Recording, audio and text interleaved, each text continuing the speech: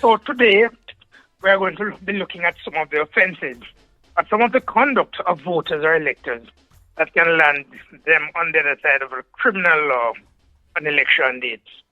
Next week today, we will be at the eve of the general election. Next week, Tuesday, which I call next week today, is really 2nd of September, the election being the 3rd. Mm-hmm. But before I jump into the offences, there's one thing I want to mention. I may have touched on it last week. It's a case where an elector has some physical impairment other than blindness. If that is so, what happens in that case when the elector gets to the polling station? The officer in charge of the polling station, presiding officer, assists that voter or elector, and that the voter's option mark the ballot according to what the voter points out or instructs or directs him. That elector then takes an oath, the law provides for it, indicating that he authorized the presiding officer to mark for him. And that presiding officer himself is under his duty bound to keep that poll confidential. In other words, he or she, presiding officer, can't go out and tell anybody who the candidate, the impaired candidate vote for. And there's no time limitation, and whatever that is a secret, because we vote by secret ballot. Now, if the elector is blind or otherwise physically impaired, that elector takes a special oath, and that presiding officer marks the ballot under the exact direction of the voter or elector. Of course, this is done in the presence of the poll clerk and the agents representing the candidates at the polling station. The blind elector can choose not to use the presiding officer, but to carry a friend or a family to mark the ballot paper for him. That friend or family, the person who accompanies the blind elector, also takes an oath, and the law prescribes the wording of the oath, and that the person cannot reveal or disclose at any subsequent time who that elector vote for. That family member would have to be above the age of consent. Must absolutely, be an adult. Yes. Absolutely, above the age of consent. Yes. And another condition of that family member or friend, that family member or friend cannot have done that for any other elector. He can use only one elector, because part of his oath will say that. And any of these oaths that I've described so far, if it turns out that these oaths are not lived up to or not honored, then the person who takes the oath can be charged for a criminal offense. Now, in the case where the blind voter instructs the presiding officer or a friend to mark the ballot for him or her, the presiding officer shall enter in the poll book all the information related to that particular elector and the circumstances of the marking of the ballot. Because we know in Jamaica, quite a lot of people get voted for and never even turn up at a polling station. No, regrettably so. No, to some effect. I think I mentioned this one last week, but I'm repeating it. Because we're in the cell phone era. Voter, you cannot take your cell phone and take a picture of the ballot. If you take a picture of the ballot paper that you mark and then disclose it, you would have committed a no. Now, during the hours when polling is open, and I think polling starts from 7 to 5, pollsters, the poll says, voters or electors cannot assemble or congregate within 100 meters of a polling station, or they cannot have in their possession any voter, any weapon or any noxious substance. I think by that we're talking about acid, capable of causing or infringing injury. At the risk of sounding sexist, this last one is usual for some of females. Some of the sisters tend to arm themselves with these noxious and caustic and acidic substances to use as a weapon against other persons. If within 100 meters of a polling station, you are found with it, and are in respect of male brothers, your big ratchet, your big knife, your big gun, you are guilty of an election offense. In addition to the other offense for which you would normally have been guilty had it not been an election day. And let us make it clear that security will be provided at all of these polling stations. All the polling stations. And in fact, I'll come on to some of the offenses that security can inadvertently commit to not realizing it. So for these two offenses I mentioned, the assembly or congregate, if you're found guilty of it, you're liable to a fine of not less than $5,000, no more than $20, or imprisonment up to 6 months, or both. For those persons who find necessary to carry around the acid and the big ratchet or weapon or illegal gun for the election offense, fine up not less than $20,000 or more than $80,000, and imprisonment for at least 4 years and a maximum of 5 years, or to both fine and imprisonment. And if it's a gun, you need to go in court as well. So a ratchet, you're still in the court or carrying around a prohibited weapon. And all of those are no within 100 meters of the polling station. And can I just add one thing? It's not just a polling station, when it's a polling station, this is the area where the presiding officer and all the other polling clerks sit. It's the premises on which a polling station exists. So the polling station is at a primary school and is in the center of the primary school, the play field. That 100 meters is within the premises of the primary school. Oh. Finish voting, go home. Mm-hmm.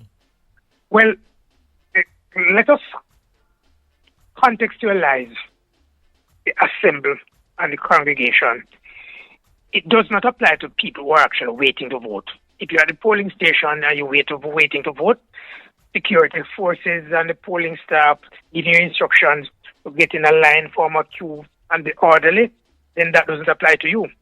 It can apply to you if a couple of you are there, not voting or voting, but decide to big up a big brouhaha, told to get in line. You know, big up yourself and bad up yourself, you're not getting in the line. Bad man, no giant line, that sort of thing. I decide to congregate to one place. Even though you intend to vote, then you would have committed an offense because you would have disobeyed electoral staff and the security staff who was trying to get orderliness in the place, and you would have been regarded as congregating within 100 meters of the polling station under the law. And would likely not be able to cast their vote at all. No, because you're doing a silver bangle shortly thereafter. The silver bangle. Yes. Handcuffs. Yes. Although agents, of course, and other polling station staff are exempted from that. The security forces themselves are exempted from that unless they are there lawfully at the polling station performing the duties. Not because you're a policeman or you're a soldier. If you are there to assist your candidate, then you are there unlawfully. No, to the security forces themselves. Where the presiding officer requests the assistance of a member of the security force, whether a soldier or a police, and that member willfully choose not to render the assistance. For various reasons, you could take the view that the person or the mischief that the presiding officer is seeking to get rid of is a mischief that inures to his personal benefit. Well, that security officer, whether you're a JDF soldier or a JCF policeman, you would have been guilty of an offense. And your penalty is a maximum of $30,000 or imprisonment for 3 years if they charge you before the parish court. You'll also be disqualified from carrying out any duties at any polling station, whatever, forever, or from being employed in any position of election officer for at least 7 years from the date of your conviction. That's for the officers themselves. Mm-hmm. Now, at the polling station, and that's why I say when you're finished voted, go home.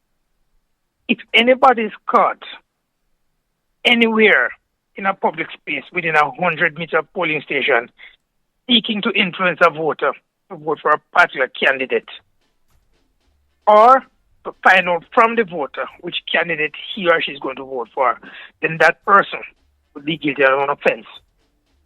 100 meters, within 100 meters of the premise of polling station, you would do that, and you would have committed an offense for which you are liable for a fine of not less than $10,000 or imprisonment up to 12 months, or the court can both fine you and imprison you. It also speaks to bribing an individual? Yes, there's another offense like that we shall come to if time allows us. Okay. No member of the security forces whilst on duty should do the same thing like I've just described. You can't you can't be trying to find out from any voter who they intend to vote for or who they voted for, or seek to persuade them to vote for any particular person or not to vote for any particular person. Can't do anything that will improperly influence the outcome of the election. And for that, security force member, whether you're a soldier or police, you're going to face the criminal court and you are liable to a fine of $50,000 or minimum or maximum $200,000 or imprisonment of 5 years. Any person now, the one you talk about bribery, the species of bribery, who corruptly induces or seek to get any other person from being a candidate in consideration for payment or promise of payment, you shall be guilty of an offense. And in the electoral laws, it's called illegal payment. That can fetch you a fine of minimum $10,000, maximum $40,000. And if you fail to pay the fine, you can get a term of 12 months in prison. Mm-hmm. So no giving of money or no gifts or anything like that. None at all. Promise of favors. Mm-hmm. Okay. Exactly so. Mm-hmm. Now, on election day, no person can hold a political meeting, political rally, or motorcade in any public place. You can do it if you give notice of that intention not less than 8 hours before the start of vote on election day to the police officer, to the officer in charge of the parish, or to the officer in charge of the station nearest to the place. If you jump on, by the way, political meeting, political rally, or political motorcade is not exclusive preserved under this section of the law of the candidates. Any person can jump up and decide that he's going to spout his political things, gather people around him, and make a big issue for his party. That is regarded as a political meeting. You come with your personal entourage, with your several big iron cars. That's a motor. Well, within the hours of voting, you do that, you would have committed a criminal offense, and a fine of not less than $10,000 or more than $40,000 is what you would earn. Or if you can't pay the fine, you do 30 days in prison. Now, between now and election day, every bill, every placard, every post, every postcard referring to the election must bear upon the face of it the name and address of the publisher or the printer. It doesn't matter what your placard is saying. Once it touches on concern the election, it has to have that as a quality about it. And if it doesn't have it, person would have committed an offense. And it's not hard to find out who committed. There are cameras all over the place. People will see who put it up. And of course, the opposing party would be glad to tell the police who the person who put it up is. Yes. A person. So set the a fine of $5,000 minimum, maximum $20,000, and in the default of payment, 12 months. Now, person who operate bars and taverns under the spirit license must close on election day during a period beginning 1 hour before start and ending 6 hours after the closing of polls. The same thing for people who have club license, wholesale license. Can't be selling alcoholic beverage, alcoholic on election day during that same period. That is 1 hour before the start of vote and 6 hours after voting close. Thank you no for that. alcoholic beverage being sold. Thank you for that. Because if they do, then the fine is a minimum of $5,000, maximum of $12,000, and if they can't pay the fine, 6 months imprisonment. Any person on election day, or even before election day, but you turn up on election day with it, obtain an ID card of another person, or a document establishing the identity of somebody else, is guilty of an offense. Or if that person damage or destroy the ID card of any other person, or any other document that prescribes that can identify you, you'll be guilty of an offense. I say that because we have some miscreants in this country who subtly seek to influence voter by destroying people's voter ID, taking it, tearing it up, and you have some of them who decide to vote for people by getting these bogus ID. And with AI and also technology available now, it's not too hard to forge an ID.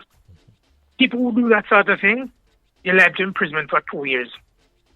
And a fine of $20,000 if you charge you in the parish court. You know, the sentence is different. You don't get a fine only. Imprisonment for 2 years and $20,000. Wow. That's a parish court, the one we used to call the magistrate's court. Were it not for the tyranny of the clock, we could delve a little bit more. And this is where I'll pick up next week. Yes, we will indeed. No, we have learned a lot, and I thank you so very, very much this morning once again, Mr. McKenzie. You have a great day, all right?